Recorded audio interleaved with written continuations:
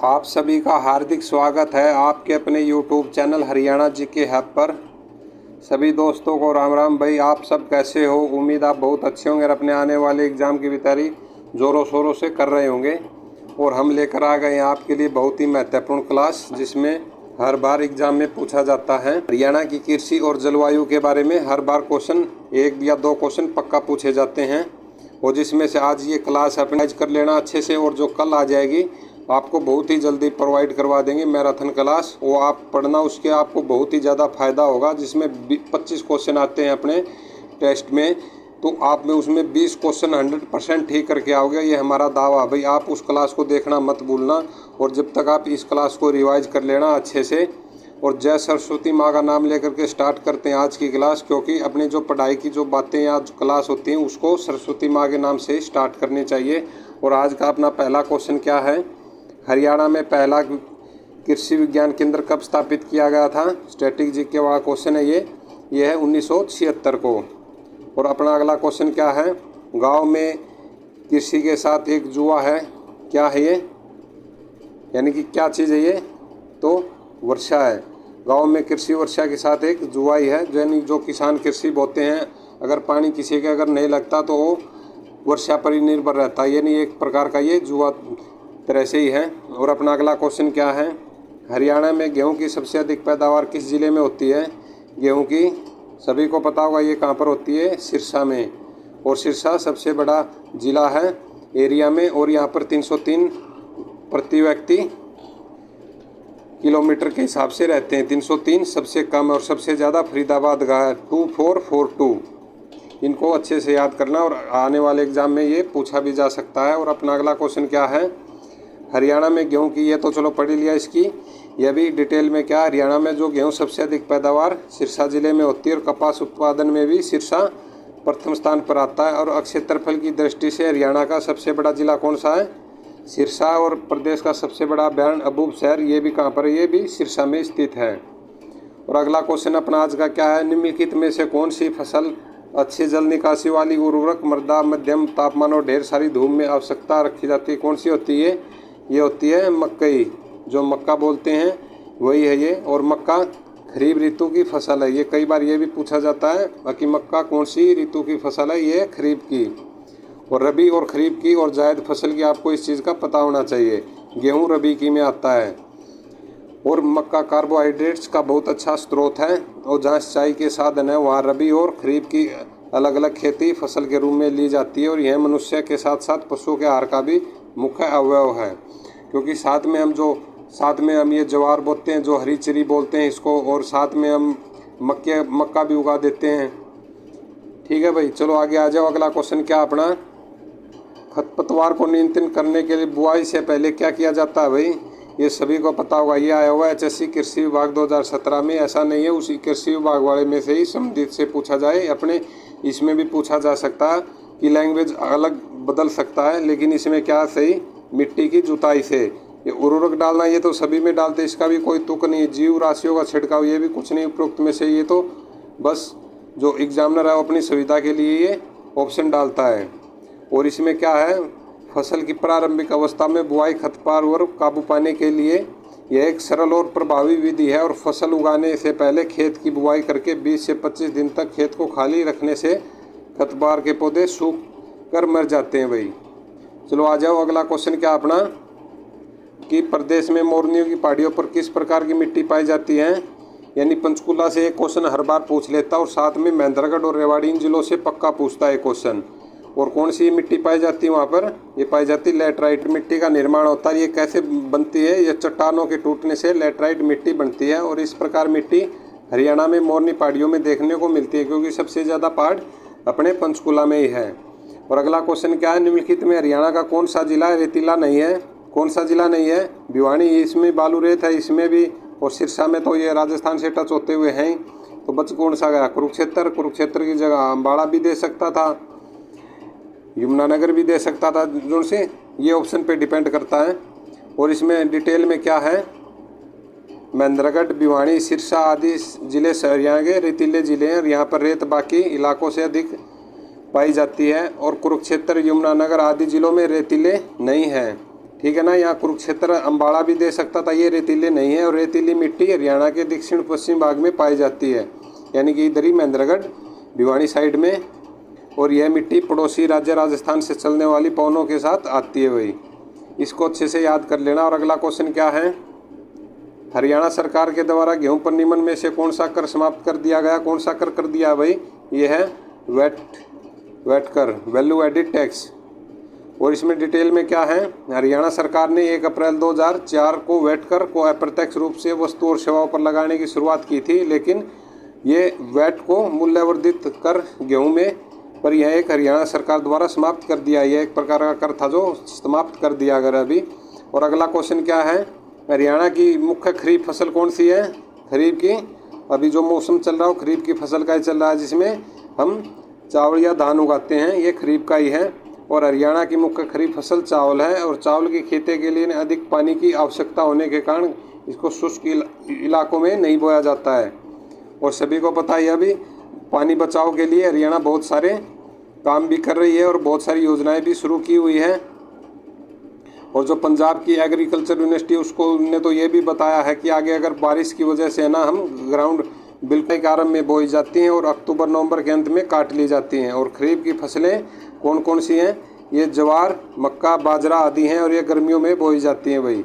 ठीक है, चलो आ जाओ। अगला क्वेश्चन क्या अपना, ये आपके लिए ना क्लास बहुत ही इंपॉर्टेंट रहने वाली है। जो अभी 5 और 6 को जो स्टूडेंट्स एग्जाम दे रहे हैं उनके लिए बहुत ही रामबाण सिद्ध होगी। और कल अपनी मैराथन क्लास आएगी भाई, उसको गलती से भी देखना मत भूलना, क्योंकि वो बहुत ही महत्वपूर्ण क्लास है भाई आपके लिए।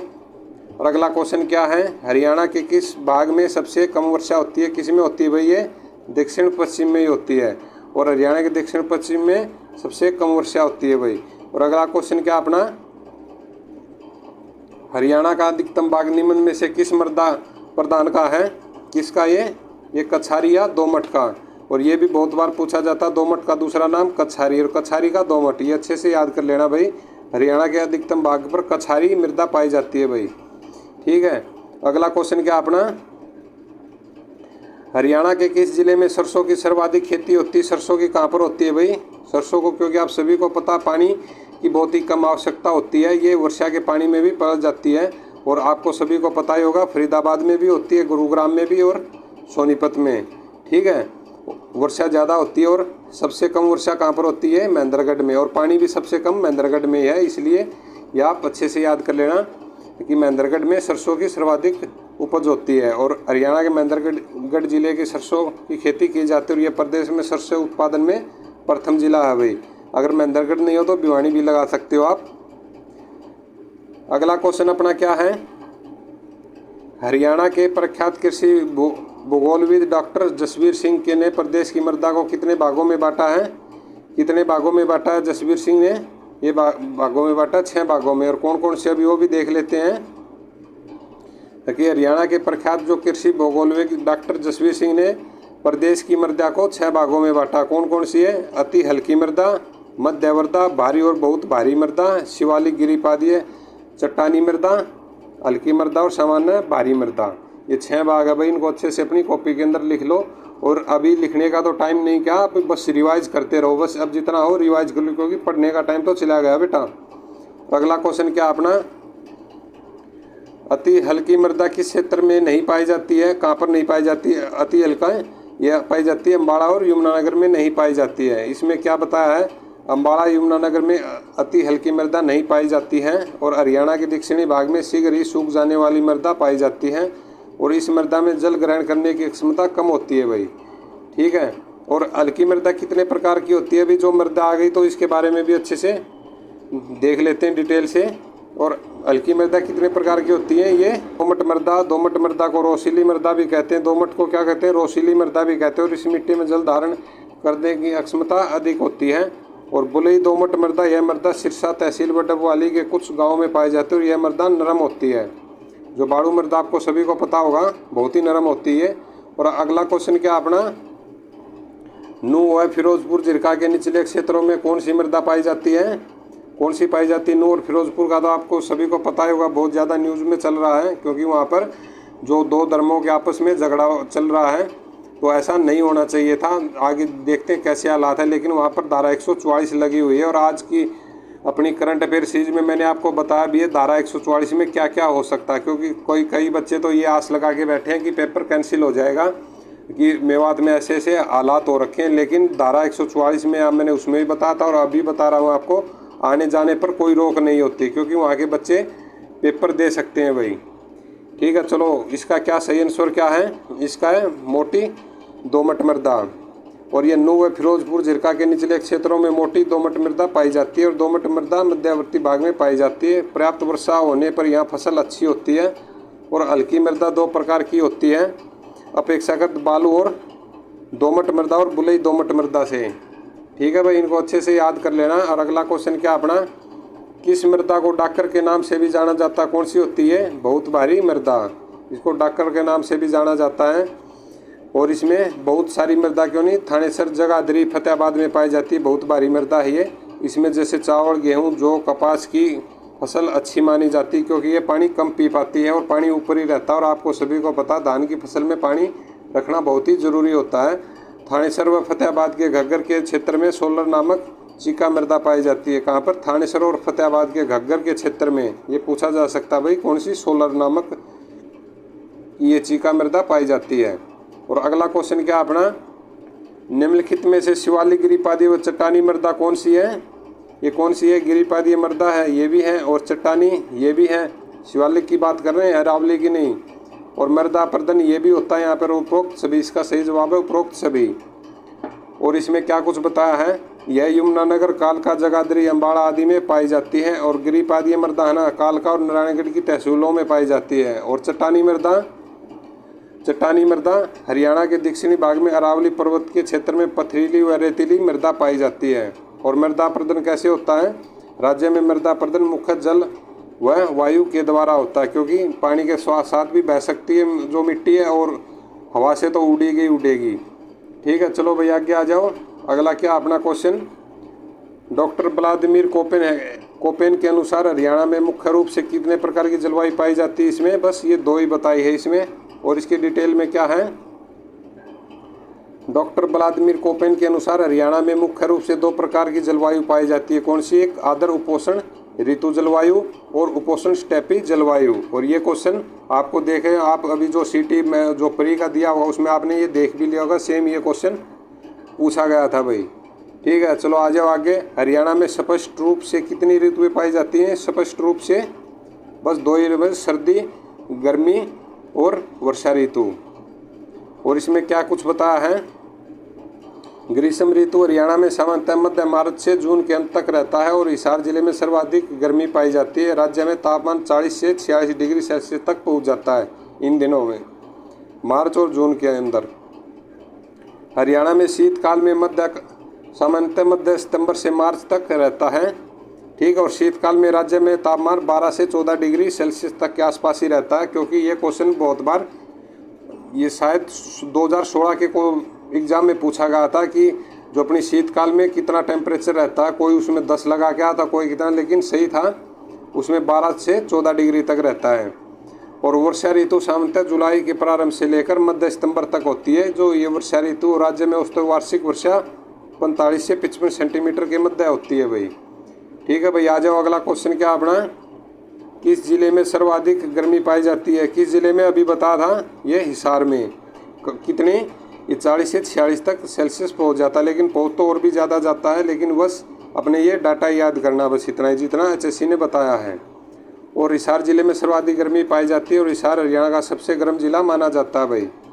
और अगला क्वेश्चन क्या, हरियाणा की वाणिज्यिक फसल कौन सी है, ये है गन्ना। और गन्ना किस तरह से, और कई बच्चे अगर इसमें धान दे देते ना तो धान पक्का लगाते, क्योंकि गन्ना होती है जो हम व्यापार के लिए फसल उगाते हैं, क्योंकि चावल तो हम खुद भी तो यूज करते हैं, और इतना ज़्यादा हम गन्ना यूज नहीं करते जितना हम चावल यूज करते हैं घर पे। अगला इसमें डिटेल में क्या बताया है, हरियाणा की वाणिज्य फसल गन्ना और गन्ने की खेती के लिए 100 से 150 सेंटीमीटर की वर्षा आवश्यक होती है। और यमुनानगर में सबसे ज़्यादा गन्ना पाया जाता है। और सरस्वती शुगर मिल भी यमुनानगर में स्थित है। ठीक है, ये सरस्वती शुगर मिल भी यमुनानगर में है। और गन्ने के लिए दोमट मिट्टी की आवश्यकता होती है भाई। ठीक है, चलो आ जाओ, अगला क्वेश्चन क्या अपना, हरियाणा के पहाड़ी क्षेत्रों की मिट्टी कौन सी है? कौन सी है पहाड़ी क्षेत्रों की? ये चट्टानी, चिकनी और पीली और काली का तो कोई मतलब ही नहीं है। काली कहाँ पर है सबसे ज़्यादा? महाराष्ट्र और गुजरात में। और इसमें क्या बताया है, इस मिट्टी का रंग गहरा भूरा है और इस मिट्टी में नाइट्रोजन और रसायनों की प्रचुर मात्रा पाई जाती है। और इस मिट्टी का गुण होता है कि इस मिट्टी की परत बहुत ही मोटी होती है भाई। चलो भाई आगे आ जाओ, अगला क्वेश्चन क्या है और हरियाणा की कितनी भूमि कृषि योग्य है? कितनी कृषि भूमि कृषि योग्य है? ये 86%। और इसमें क्या है, 48.36% राज्य का कुल भूमि का लगभग इतना भाग नहरों के द्वारा सिंचाई की जाता है और 51.12% ये नलकूपों के द्वारा सिंचाई की जाता है। ठीक है भाई, नलकूपों द्वारा सिंचाई की जाती है यहाँ पर। ठीक है, आगे आ जाओ, अगला क्वेश्चन क्या अपना, जलवायु क्षेत्र के आधार पर राज्य को कितने भागों में बांटा गया है? जलवायु के क्षेत्र में ये 2 भागों में बांटा गया है और क्षेत्र के आधार पर राज्य को 2 भागों में बांटा गया है। और पहला उत्तरी पश्चिमी क्षेत्र और दूसरा दक्षिणी पश्चिमी क्षेत्र।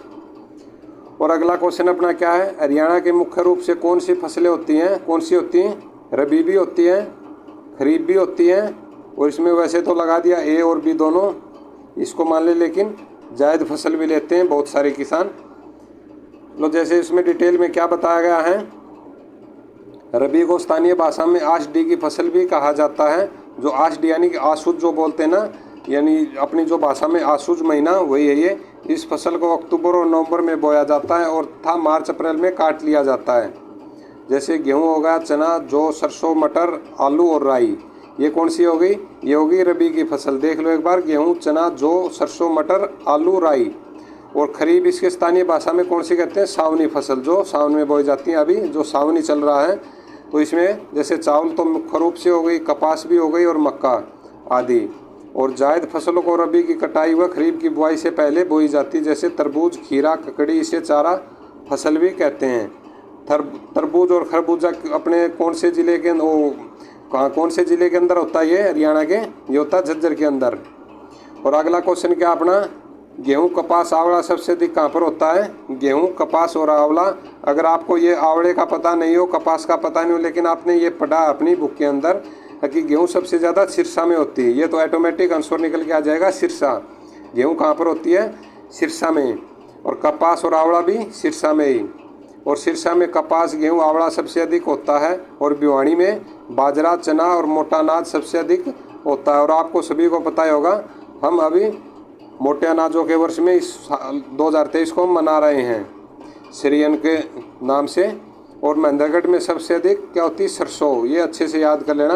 ये भिवानी में बता दिया, सिरसा में बता दिया, महेंद्रगढ़ में बता दिया। और गुरुग्राम में मेथी, प्याज, गेंदा फूल का उत्पादन होता है। और अगला क्वेश्चन क्या अपना, आम हरियाणा में अधिक कहाँ पर होता है? आम हरियाणा में कहाँ पर? ये तो सभी को पता होगा, अम्बाड़ा में। अम्बाड़ा का क्षेत्रफल 1574 वर्ग किलोमीटर है। और फरीदाबाद में क्या होता है? रजनीगंधा और ग्लेडियस फूल भी पाए जाते हैं। और रोहतक में ज्वार का सबसे अधिक उत्पादन होता है। और करनाल में चीनी उद्योग, लिबर्टी उद्योग, वनस्पति उद्योग आदि का। और अपना अगला क्वेश्चन क्या है, सबसे कम फल व सब्जियों का उत्पादन किस जिले में होता है? ये किस जिले में होता है? ये होता है महेंद्रगढ़ जिले में। और क्या कुछ बताया है अभी, महेंद्रगढ़ जिले में डोसी तीर्थ और औद्योगिक रूप से राज्य का सबसे पिछड़ा हुआ जिला है। इसके हिसाब से औद्योगिक रूप से और डोसी तीर्थ से। डोसी तीर्थ की जो सबसे ऊंची चोटी कौन सी कहाँ पर है? ये ढाणी कुलताजपुर में। और कितनी ऊंचाई है? 652। इसको अच्छे से याद कर लेना फ्रेंड्स। और भिवानी में पूर्णिमा का मेला, यहाँ मेला तोशाम में लगता है, भिवानी के तोशाम में।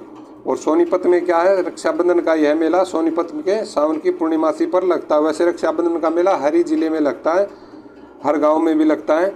और सबसे कम वर्षा सिरसा में होती है। ये तो अपनी कृषि और जलवायु से संबंधित सभी प्रश्न, आशा है आपको सभी अच्छे से समझ में आ गए होंगे। और आज अपना दूसरा इसमें बहुत ही जल्दी रिवाइज करेंगे। और साथ में जो अपनी कल मैराथन क्लास आएगी ना, उसको देखना मत भूलना भाई, क्योंकि आपके लिए वो रामबाण साबित होगी। हरियाणा में उत्पादन, ये क्या चीज़ है भाई? उत्पादन यानी कि किसी भी कृषि के क्षेत्र में, किसी भी क्षेत्र में उत्पादन के उसको बता रहा है। ये सबसे पहला क्वेश्चन क्या है? ये कलरक 2016 में आया हुआ है। जन नायक चौधरी देवीलाल अवार्ड किस क्षेत्र में दिया जाता है?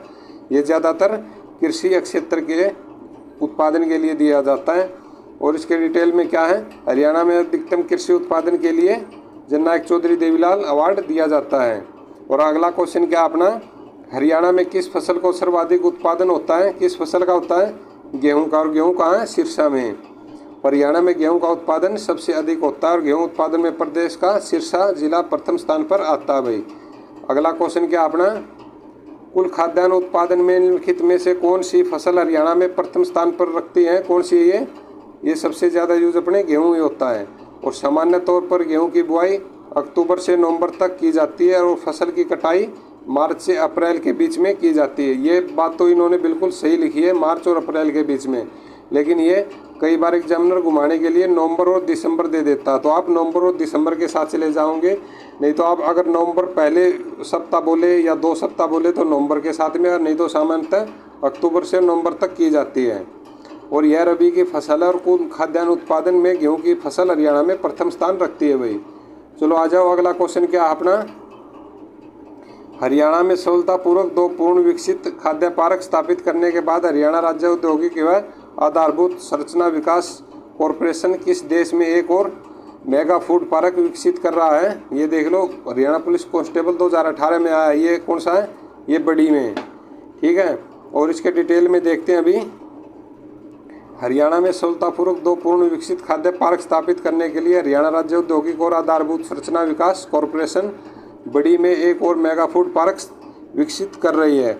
और आपको पता होगा ये बड़ी कहाँ की है? ये सोनीपत का एक जगह है बड़ी गाँव, ये वहीं की बात हो रही है। और अभी वंदे भारत की जो रेल कोच फैक्ट्री उसका निर्माण में भी बड़ी में होगा, ठीक है। चलो आगे आ जाओ, अगला क्वेश्चन क्या अपना, अधिक उत्पादन के लिए हरियाणा में कौन सा साधन प्रयोग में है?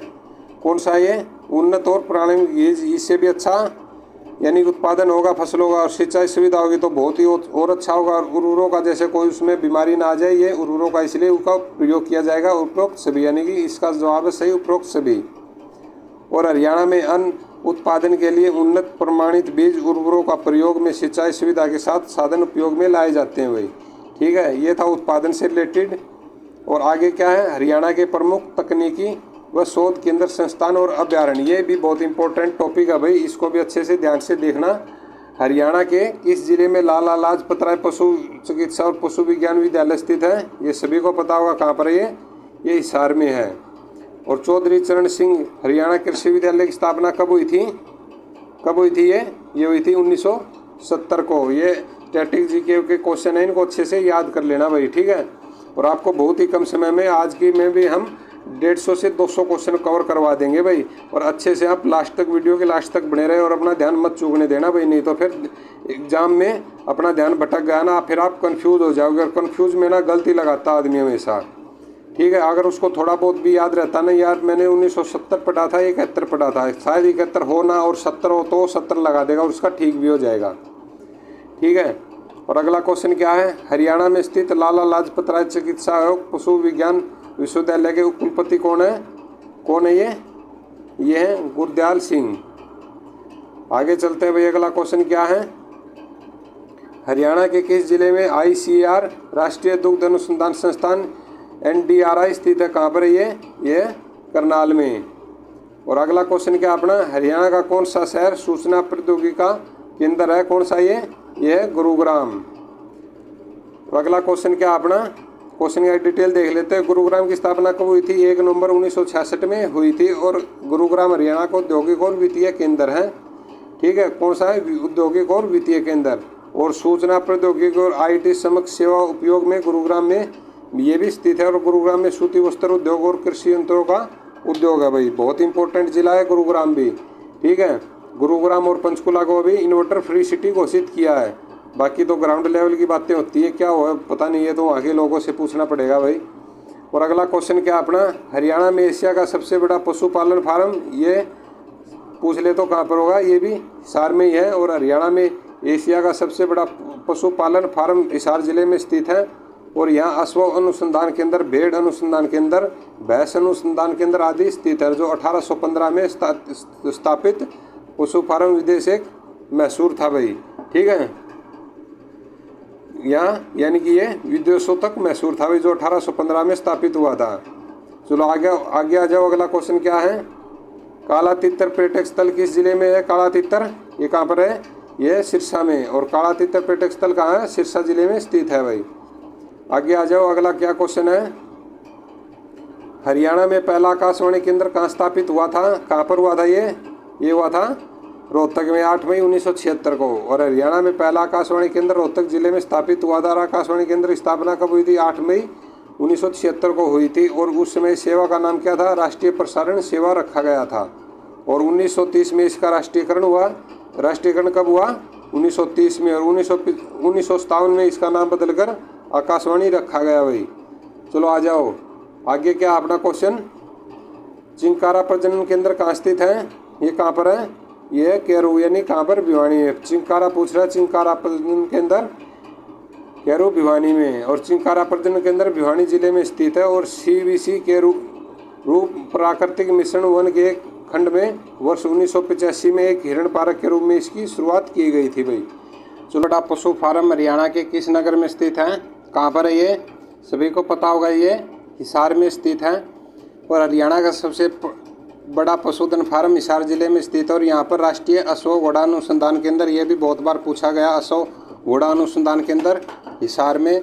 भ्रूण प्रत्यारोपण प्रयोगशाला हिसार में। केंद्रीय भैंस अनुसंधान केंद्र भी, ये भी हिसार में। और केंद्रीय भेड़ प्रजनन केंद्र हिसार में। और आधुनिक सूअर प्रजनन फार्म भी ये हिसार में स्थित है। ये देख लो, एक ही क्वेश्चन से कितने क्वेश्चन बन गए हैं। ये अशोक घोड़ा अनुसंधान केंद्र, भ्रूण प्रत्यारोपण प्रयोगशाला, केंद्रीय भैंस, केंद्रीय भेड़ और सूअर प्रजनन, ये देख लो इतने सारे क्वेश्चन बन गए। इनको अच्छे से अपनी कॉपी के अंदर लिख लेना भाई। और अगला क्वेश्चन क्या अपना? बेटी का सलाम राष्ट्र के नाम योजना संबंधित है, किससे संबंधित है ये ध्वजारोहण से।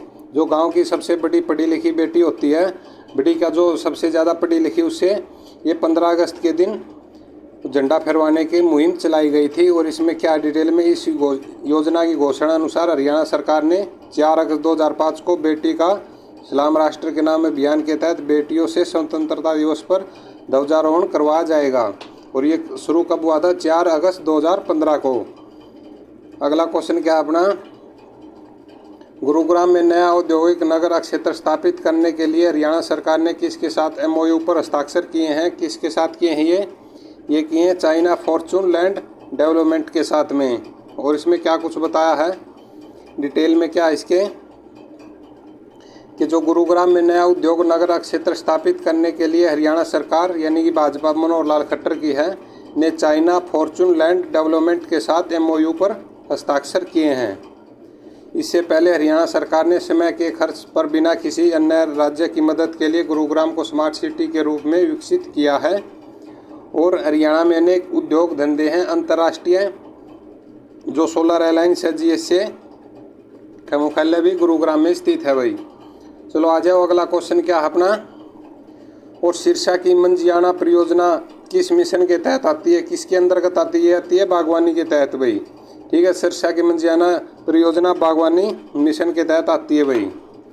चलो आ जाओ, और ये क्वेश्चन है ना, यानी कि 90% बच्चे गलत करते हैं। ये पूछ रहा है नाहर वन्यजीव अभयारण्य हरियाणा के किस जिले में स्थित है?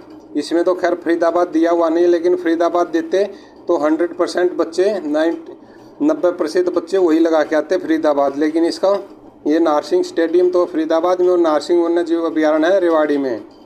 और इसका क्या कुछ है डिटेल में? नाहर वन्यजीव अभयारण्य हरियाणा के रेवाड़ी जिले में स्थित है। और यह अभयारण्य 522 एकड़ में फैला हुआ है। और यह दुजाना के नवाब एक पुराना चारगाह है। और इस चित्र का 3 भागों में बांटा गया भाई। चलो आ जाओ, अगला क्वेश्चन क्या अपना? गिद्ध संरक्षण में प्रजनन केंद्र हरियाणा में किस स्थान पर है? कहाँ पर है ये गिद्ध? ये पिंजौर में। और पिंजौर में क्या कुछ है? गिद्ध संरक्षण प्रजनन केंद्र पिंजौर पंचकुला में स्थित है। और गिद्ध संरक्षण प्रजनन केंद्र हरियाणा वन विभाग और बॉम्बे नेचुरल हिस्ट्री सोसाइटी एक संयुक्त परियोजना है ये। और यह 3 प्रजातियों के गिद्धों को विलुप्त होने से बचाने के लिए एक पहल है भाई। अगला क्वेश्चन क्या अपना? जुलाई 2016 को हरियाणा सरकार द्वारा पारंपरिक धन बीमा योजना का उद्देश्य निम्न में से क्या था? यह योजना अनुसूचित जाति के लिए पशुपालकों के लिए निःशुल्क थी। सही बात है। गाय, भैंस, सांड आदि में मुद्दों के लिए 100 रुपये के प्रीमियम पर बीमा प्रदान किया जाएगा, ये भी सही बात है। और भेड़ बकरी और सूअरों के लिए 25 रुपये के प्रीमियम पर 3 वर्ष की अवधि के लिए बीमा प्रदान किया जाएगा। ये भी सही बात है, यानी कि इसका करेक्ट आंसर हो गया ये सभी अपना सरकारी ऑप्शन है भाई। अगर किसी बच्चे को नहीं आता, बिल्कुल ही नहीं पता हो, तो ऑल दी अबेव्स पे कर दो भाई ये सभी। ठीक है, राम का नाम लेकर के अपने डी ऑप्शन कर दो भाई चूज, और क्या होगा पता ही नहीं हो तो कुछ। और जुलाई 2016 को हरियाणा सरकार द्वारा प्रारंभ पशुधन बीमा योजना के अंतर्गत भेड़ बकरी और सूअरों के लिए 25 रुपये के प्रीमियम पर 3 साल की अवधि के लिए बीमा प्रदान किया जाता है भाई। और गाय भैंस और ऊँटों के लिए 100 रुपये में बीमा ये प्रदान किया जाएगा। और यह योजना अनुसूचित जो जाति के ना पशुपालकों के लिए बिल्कुल फ्री में है भाई। ठीक है, चलो आ जाओ आगे। अगला क्वेश्चन क्या अपना, हरियाणा वन विकास निगम HFD, ये हरियाणा फॉरेस्ट डेवलपमेंट कॉरपोरेशन की स्थापना कब हुई थी? दिसंबर 1989 में। और इसमें क्या कुछ है डिटेल में, हरियाणा वन विभाग निगम की स्थापना दिसंबर 1989 में पंचकुला में की गई। और HDFC का मुख्यालय वर्तमान में पंचकुला में है भाई। HFDC है, HDFC नहीं है। इसका मुख्यालय उद्देश्य सरकार के जंगलों में पेड़ों की कटाई और लकड़ी की निकासी को इनको वृक्षारोपण का विकास करना आदि है भाई। ठीक है, चलो आ जाओ अगला क्वेश्चन क्या अपना, अगला क्वेश्चन अपना, हरियाणा की भैंस कौन सी नस्ल है जो सबसे अच्छी मानी जाती है? कौन सी है ये है भाई मुर्रा नस्ल। और सबसे ज़्यादा कहाँ पाई जाती है? ये हिसार में, सबसे ज़्यादा भैंस तो अभी के आंकड़ों के अनुसार हिसार में है, और लेकिन मुर्रा सबसे ज़्यादा जींद में मिलती है भाई। ठीक है, और हरियाणा की मुर्रा नस्ल की भैंस सबसे अच्छी मानी जाती है। इसको ब्लैक गोल्ड के नाम से भी जाना जाता है भाई। और ये क्वेश्चन भी बहुत बार पूछा गया है कि किसको ब्लैक गोल्ड के नाम से जाना जाता है। और हरियाणा में कुल पशुधन की 90 से 50% है। और इसमें 59 से 53% लाख भैंस है और 15 से 52 लाख मवेशी है भाई। ये जो भेड़ बकरी होती हैं गायें। अगला क्वेश्चन क्या भाई अपना, सरस्वती वन्य जीव अभियान किस जिले में है? सरस्वती ये है कैथल में। सरस्वती वन्य जीव अभियान कैथल में है और यह 5452.85 हेक्टेयर क्षेत्र में फैला हुआ है। और यह हरियाणा में तीसरा सबसे बड़ा जंगल है भाई। ठीक है, कौन सा? सरस्वती। अगर उसमें कैथल ने दे करके कुरुक्षेत्र दे दे तो आप कुरुक्षेत्र को भी टिक कर सकते हो, क्योंकि दोनों का ये एरिया इसमें सबसे ज़्यादा कैथल का है। इसको अच्छे से ध्यान से देख लेना भाई। ठीक। और आकाशवाणी रोहतक की स्थापना कब हुई थी? 8 मई 1976 को। सबसे पहले 8 मई 1976 को जिला मुख्यालय पर पहला आकाशवाणी केंद्र रोहतक में स्थापित किया गया था, और जहाँ से हरियाणा की संस्कृति विकास संबंधी कार्यक्रम प्रसारित किए जाते थे। और अगला क्वेश्चन क्या है भाई अपना, हरियाणा में 2 राष्ट्रीय उद्यान है, सभी को पता होगा। 2 नेशनल पार्क हैं, उनमें एक सुल्तानपुर राष्ट्रीय उद्यान और दूसरा कौन सा है? दूसरा है कलेसर राष्ट्रीय उद्यान, जो यमुनानगर में है। कलेसर राष्ट्रीय उद्यान हरियाणा के यमुनानगर जिले में स्थित है। नेशनल पार्क बहुत ही खूबसूरत पर्यटक स्थल है, और यहाँ बने कलेसर शिव मंदिर के नाम पर यह पार्क का नाम रखा या नामकरण हुआ था भाई। चलो भाई अगला क्वेश्चन क्या है, अगला क्वेश्चन है किस सुरक्षित क्षेत्र में दिल्ली पर्वतीय श्रेणी के अवशेषों में से एक उपस्थित है? कौन सा? ये असोला भट्टी वन्य जीव अभ्यारण्य। ठीक है भाई, और इसमें डिटेल में क्या बताया है? असोला भट्टी वन्य जीव अभ्यारण्य राजस्थान हरियाणा के 2 राज्यों में स्थित है। और नाहर वन्य जीव अभ्यारण्य कहाँ पर है? ये रेवाड़ी में स्थित है। और सिरसा में अबूबसैर वन्य जीव अभ्यारण्य है भाई। ठीक है, ये अबूबसैर जो ये ऑप्शन के हिसाब से है, और भिंडावास ये झज्जर में है भाई स्थित। और अगला क्वेश्चन क्या है, साहिवाल किसकी एक किस्म है? किसकी है ये है भाई गाय की। साहिवाल गाय की एक किस्म है। ये सबसे अधिक दूध देने वाली भारतीय नस्ल है, और पंजाब में फिरोजपुर जिले में फाजिलका और अबूबसैर कस्बों में शुद्ध साहिवाल गाय के झुंड पाए जाते हैं। और इस नस्ल के बैल सुस्त और काम में धीमे होते हैं भाई। ठीक है, आ जाओ अगला क्वेश्चन क्या है। और इस वीडियो को ना 1 से 2 बार अपना रिवाइज कर लेना, क्योंकि आपको बहुत ही अच्छे से कॉन्फिडेंस हो जाएगा। और जो अपनी कल वीडियो आएगी मैराथन, उसको देखना बिल्कुल भी मत भूलना भाई। आपके लिए रामबाण सिद्ध होगी 5 और 6 को जो एग्ज़ाम है ना, उसके लिए। सूअरों की सर्वाधिक आबादी किस स्थान पर पाई जाती है? कहाँ पर पाई जाती है? ये क्वेश्चन देख लो, 2019 के क्लर्क में आया था। ये था सोनीपत में। ठीक है, और सर्वाधिक सूअरों की आबादी सोनीपत में पाई जाती है। और इसके अलावा सोनीपत में खुम्बी मशरूम होती है। प्रदेश में प्रथम स्थान है भाई खुम्बिया मशरूम में। ठीक है, अगला क्वेश्चन क्या अपना, पश्चिमी क्षेत्र की कृषि जलवायु क्षेत्र अनुसंधान केंद्र कहाँ पर स्थित है?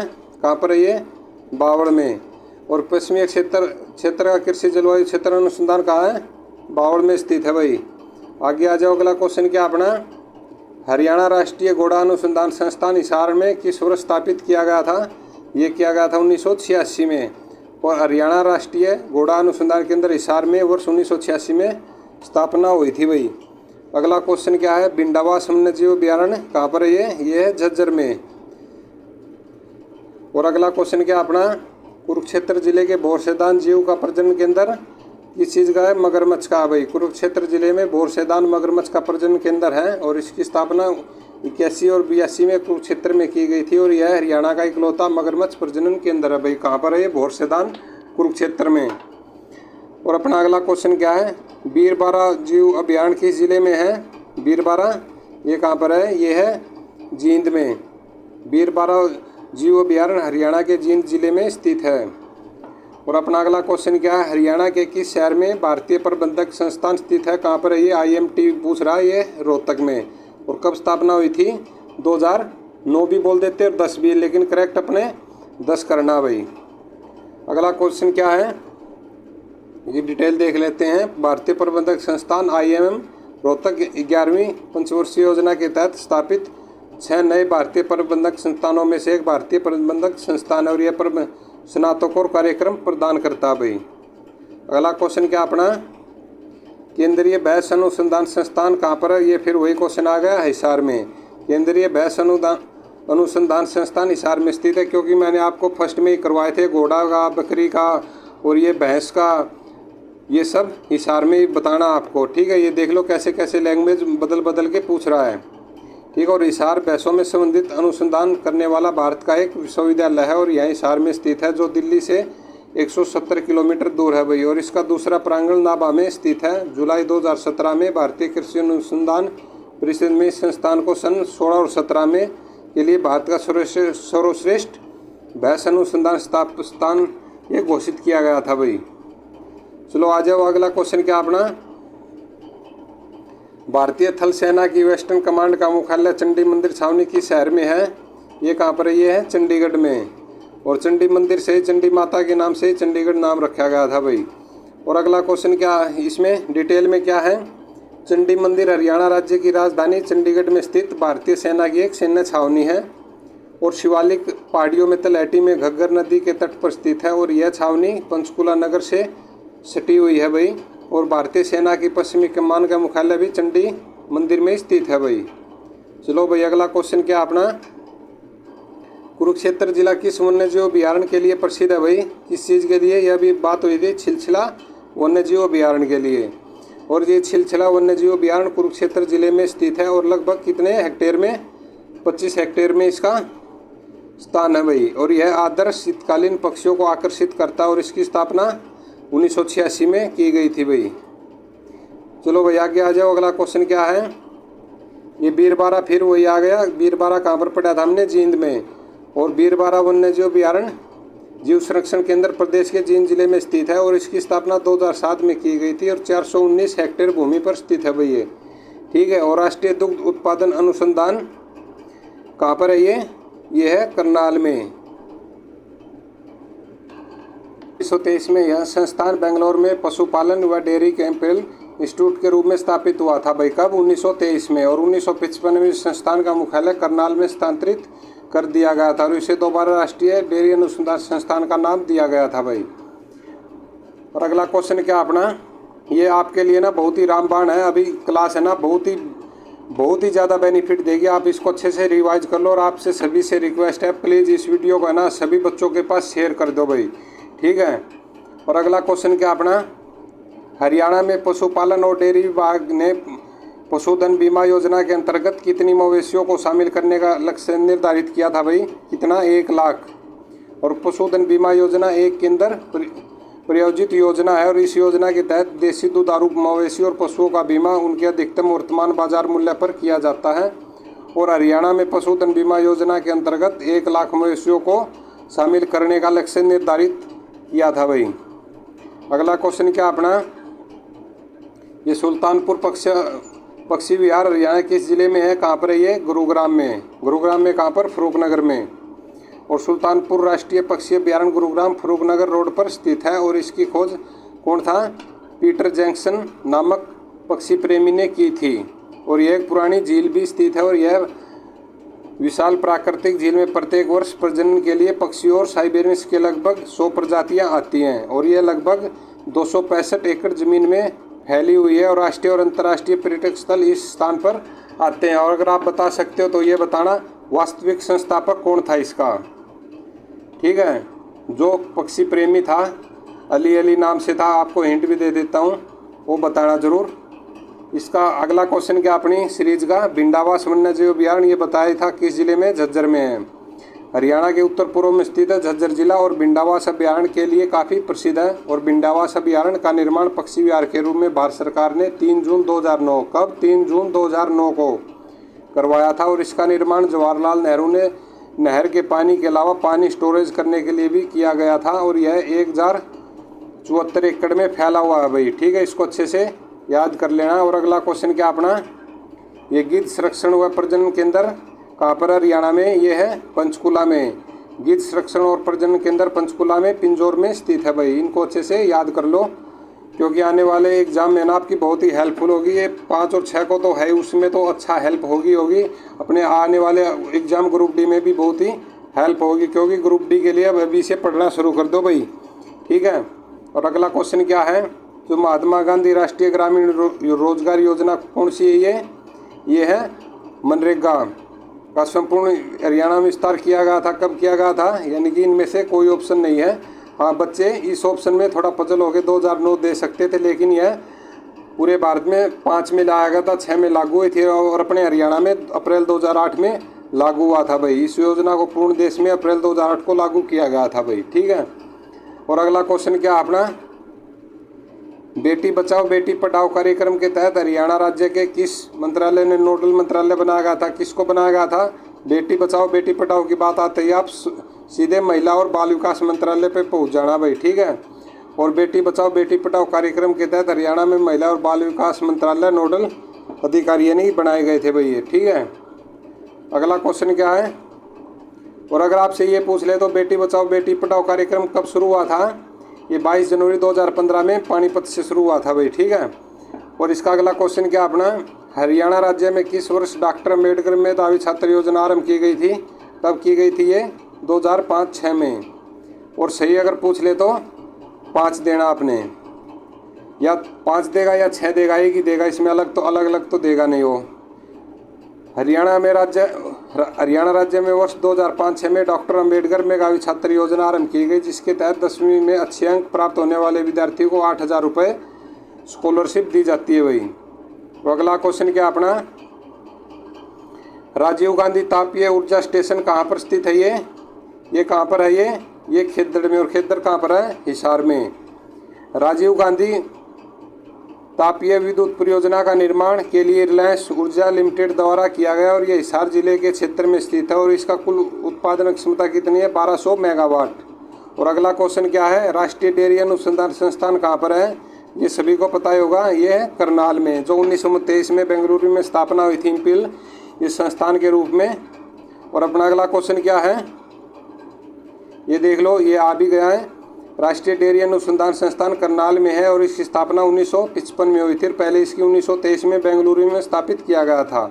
और जो महेंद्रगढ़ है, महेंद्रगढ़ इब्राहिम खान का मकबरा कहाँ पर है? नारनौल महेंद्रगढ़ में। और भिवानी में क्या है, बॉक्सिंग का पावर हाउस भी कहा जाता है भाई, और मिनी क्यूबा भी इसी को। ठीक है, सोनीपत में सतकुंभा का मेला, यह मेला सोनीपत जिले के खेड़ी गुजरा गाँव में लगता है भाई। इनको अच्छे से याद कर लो भाई, आने वाले एग्जामों में ना आपको इसमें से हर वीडियो मेरी उठा के देख लेना, जो हमने पहले वीडियो डाल रखी उनमें से हर वीडियो में से आपको 2-3 क्वेश्चन पक्का मिलेंगे। और केंद्रीय मिट्टी लवणता ये कहाँ पर है? ये है अपने करनाल के अंदर, और इसकी स्थापना 1969 करनाल में हुई थी। और जो जींद है इसमें क्या, डुडवा तीर्थ पुष्कर तीर्थ है भाई। ठीक है, रोहतक के अंदर तिलियार झील है, पर्यटक स्थल भी है। ठीक है, पर्यटक स्थल भी है तिलियार झील कोई। और अम्बाड़ा में अम्बाड़ा छावनी स्थापना कब हुई थी? 1843 ईस्वी में हुई थी भाई।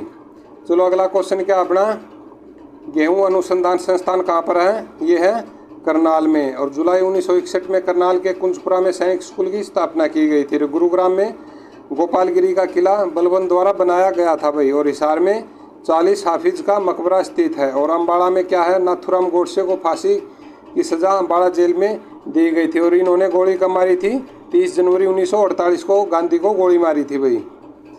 चलो आगे क्या है भाई, राष्ट्रीय पशु आनुवंशिक संस्थान कहाँ पर है, ये है करनाल में। और इसमें करनाल की स्थापना 1 नवंबर 1966 को हुई थी। और इसको आरक्षित सीट कौन सी, इसमें नीलोखेड़ी। और महेंद्रगढ़ में क्या है, शाह कुली खान का मकबरा नारनौल महेंद्रगढ़ में स्थित है भाई। और भिवानी में कपड़ा और धागे के निर्माण के भिवानी टेक्सटाइल मिल स्थापना अपनी महत्वपूर्ण स्थान रखती है। और इस मिल की स्थापना 1937 में हुई थी भाई, डालमिया के द्वारा। सोनीपत में मोतीलाल नेहरू खेल कूद विश्वराई सोनीपत में है भाई। चलो आ जाओ, अगला क्वेश्चन क्या है, तितर प्रजनन केंद्र कहाँ पर स्थित है भाई, ये है मोरनी में। और तितर प्रजनन केंद्र मोरनी पंचकुला में स्थित है। और ये और आगे क्या है, बस्तूर ये यमुनानगर में हाथी पुनर्वास और अनुसंधान केंद्र स्थित है। क्योंकि थोड़ा सा ये मिसप्रिंट हो गए, इसको चलो मैं बोल रहा हूँ, आप सुनते रहना है।